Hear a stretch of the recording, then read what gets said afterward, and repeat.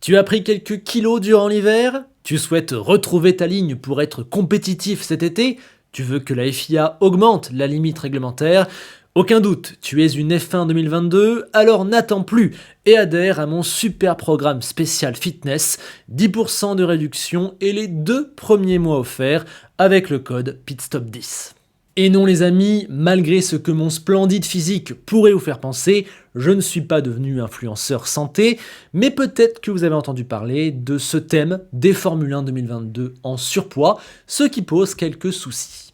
Dans cette vidéo, je vous propose donc de faire un tour complet du sujet, qui, pourquoi, comment, quelles conséquences, qu'est-ce qui va se passer. À la fin, vous saurez tout. Enfin j'espère, sinon ça veut dire que j'ai mal fait mon boulot.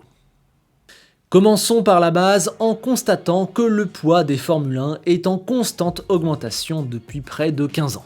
Avant les changements de 2009, elle pesait à peine plus de 600 kg, puis là, ça a commencé à décoller. En 2014, avec le début de l'ère hybride, on est monté au-delà de la barre des 700, puis petit à petit, au fil des changements, des nouveautés et des modifications, c'est arrivé à 752 kg minimum fin 2021. Sauf que c'est pas fini. Cet hiver seulement, le poids des Formule 1 a augmenté de 46 kg. On est désormais à 798 kg minimum. Ça devait être 795 à la base, mais on y reviendra. Le tout donne plus 34% en à peu près 15 ans. Autant vous dire que c'est absolument énorme. La raison de cette hausse, c'est en grande partie les nouveaux pneus qui sont plus lourds, auxquels il faut ajouter aussi le poids des jantes qui pèsent leur poids. Les éléments de sécurité ont également été renforcés, ce qui mécaniquement ajoute de la masse. Les voitures doivent être capables d'absorber 15% d'énergie en plus lors d'un crash. Cela résulte en des structures d'impact à l'avant, à l'arrière et sur les côtés, qui sont plus lourdes. Ajoutez à ça tout le reste, dont par exemple l'unité de puissance qui est réglementée à 150 kg, et vous obtenez 798 kg minimum, dont 80 kg pour le pilote. En gros, les voitures à vide, sans essence également, c'est minimum 718 kg. Et au passage, on précise bien que c'est une limite minimum, on a le droit de peser plus lourd que 798 kg, mais certainement pas en dessous, sinon ça veut dire qu'on n'a pas respecté tous les éléments de sécurité et le poids max ou minimum de telle et telle pièce, et sachez que les voitures sont pesées en quasi-permanence pour vérifier tout ça. Mais alors, quelle est l'importance et l'incidence du poids des Formule 1? Après tout, si la limite est minimum, on peut peser 900 kg, on s'en fiche. Oui, sauf qu'on chiffre à 3 centièmes perdus par tour chaque kilo en plus. Ça fait de belles différences. Si tu pèses 10 kg en trop, tu perds 3 dixièmes par tour. Sur une course qui en compterait 50, ça fait 15 secondes qui s'envolent rien qu'à cause du poids. C'est évidemment approximatif, mais l'ordre d'idée permet de se rendre compte que c'est clairement pas anodin. Cela oblige les équipes à faire d'énormes compromis. Elles doivent enlever des choses pour être moins lourdes et aller plus vite, mais ne pas enlever des choses qui pénalisent la performance de la voiture. Si tu enlèves une pièce de carbone à l'entrée de ton fond plat, peut-être que tu vas gagner 2 kg, oui mais peut-être que sans cette pièce, tu vas perdre énormément en efficacité, et donc à la fin, perdre plus de temps que si tu avais laissé la pièce. Voilà, vous comprenez que l'équilibre à trouver, il est super compliqué. En plus, il faut faire super attention à la répartition du poids sur la voiture. Si tu trouves une technique miracle pour enlever 25 kg à l'avant, c'est génial, tu seras plus léger, mais la répartition et l'équilibre de ta voiture, ça va être du grand n'importe quoi. On peut pas non plus perdre du poids sur les pièces standardisées, car par définition, elles sont fournies par la Formule 1 et tu n'as pas le droit d'y toucher. Ce n'est pas intelligent de tenter de perdre du poids sur les pièces dites open source, car par définition, tout le monde peut la copier derrière, donc si tu perds de poids, tout le monde peut perdre du poids. Ce n'est pas là-dessus que les équipes peuvent gagner. On a aussi un budget capé et des restrictions sur l'utilisation de la soufflerie par exemple, donc on ne peut pas dépenser un max d'argent et de ressources pour produire les mêmes pièces en plus légères. Voilà, vous commencez à comprendre l'immense casse-tête auquel font face les équipes. Face à ça, une des solutions les plus simples et les plus rapides, c'est de gratter la peinture, évidemment à des endroits où ça ne se voit pas, parce que sinon ça fait moche et on sait que le look est super important. Une solution qui peut paraître un petit peu ridicule, mais la peinture pèse un petit poids et l'enlever à certains endroits permet de gagner quelques millièmes. On sait par exemple qu'Aston ou Red Bull ont déjà eu recours à la technique cette saison. Et évidemment, vous le savez tous, c'est de là que vient la légende de Mercedes et des flèches d'argent. À la base, leur voiture, elle est blanche, sauf qu'au Grand Prix d'Allemagne, au Nürburgring en 1934, la voiture a été pesée 1 kg au-dessus de la limite maximum. Il fallait donc trouver une solution et dans la nuit, les ingénieurs ont gratté la peinture. La voiture est certes devenue grise, mais elle est passée sous le cap des 750 kg, a pu prendre le départ et Manfred von Brozicic, si je le prononce bien, ce qui est sûr que non, s'est imposé. Comme quoi, le poids est loin d'être une problématique récente en Formule 1.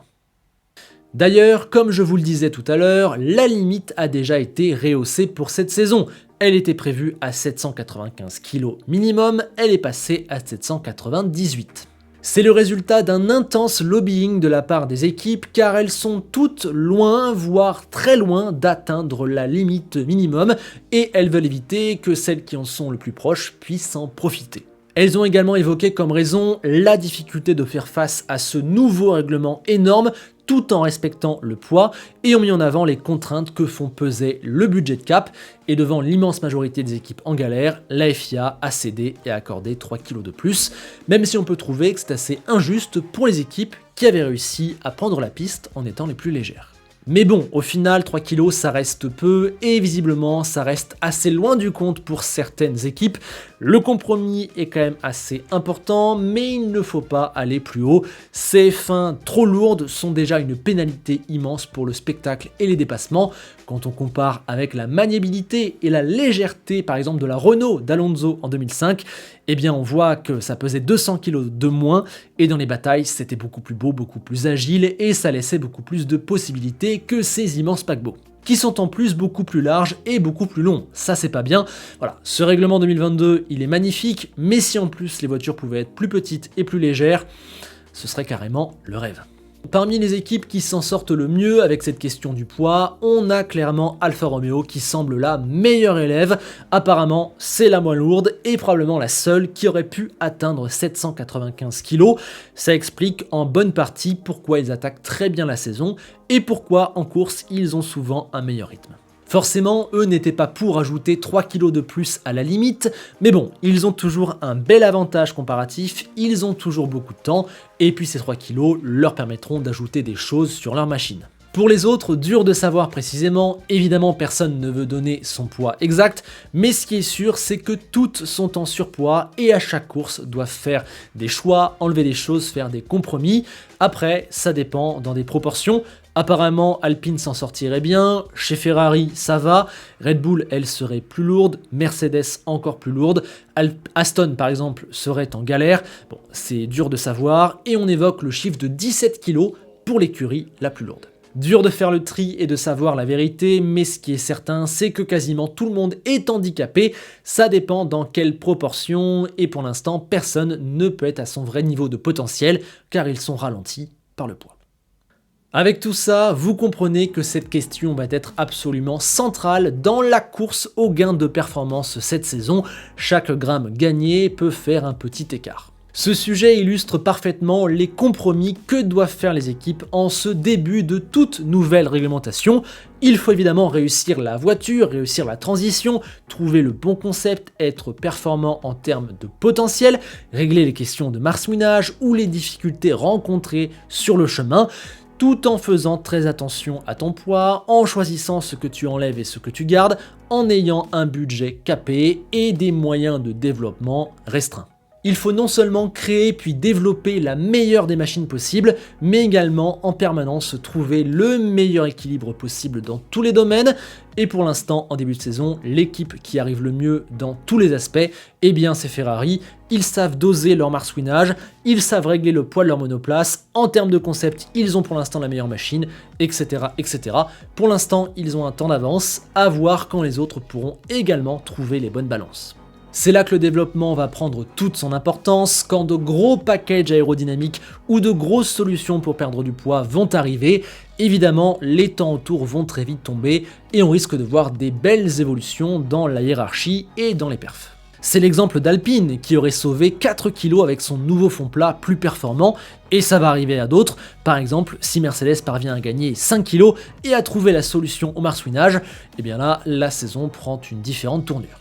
La course au régime sera donc une des variables les plus importantes de cette saison et ça devrait commencer à arriver dès Imola, puis ensuite Barcelone, qui est le vrai début de la tournée européenne. Au passage, si les gros packages arrivent toujours en Europe, c'est car c'est plus simple au niveau logistique, les bases et équipes sont plus proches de l'Europe et c'est plus facile et ça coûte moins cher d'amener, de tester, de casser et de refaire des nouvelles pièces que par exemple en Australie, évidemment. Bien, sur ce, j'espère avoir fait un tour complet de ce sujet. Évidemment, je prends et je réponds à vos questions et à vos réactions en commentaire. Pensez également au like, au partage et à l'abonnement si vous a plu. Je prends aussi vos suggestions pour d'autres sujets à explorer sur cette saison, des spécificités techniques, des questions d'actu. Allez-y, si les sujets sont bons, je pourrai les traiter prochainement. Allez, à très vite pour de prochaines vidéos. On se quitte avec Enzo Ferrari, qui préfère que sa voiture fasse 10 kg de trop plutôt que d'avoir à gratter sa légendaire peinture rouge. Et en vrai, je suis plutôt d'accord avec lui. À bientôt.